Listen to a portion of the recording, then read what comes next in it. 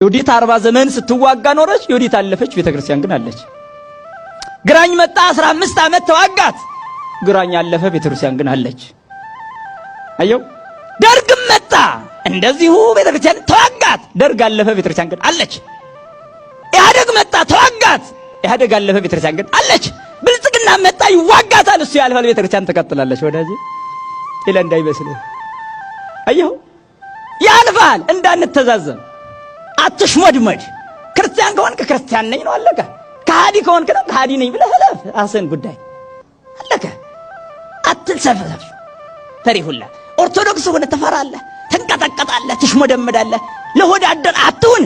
ሆድህን ሳይሆን አምላክህን አምልክ፣ የፈጠረህን አምልክ። ጊዜያዊ መንግስት ተከትለህ ሰማያዊ መንግስት አትርሳ። እንዲህ አይነት መልፈስፈስ የለም። ዓለም ይጠላሃል። አዎ ይጠላሃል። ገና ይገድለናል፣ ሞታለን። ይሄ በቃ ሐቁ ይሄ ነው። ይጠላናል። አዎ ይጠላናል። የጠላን ደግሞ ያሳድደናል። ያሳደደን ያስረናል።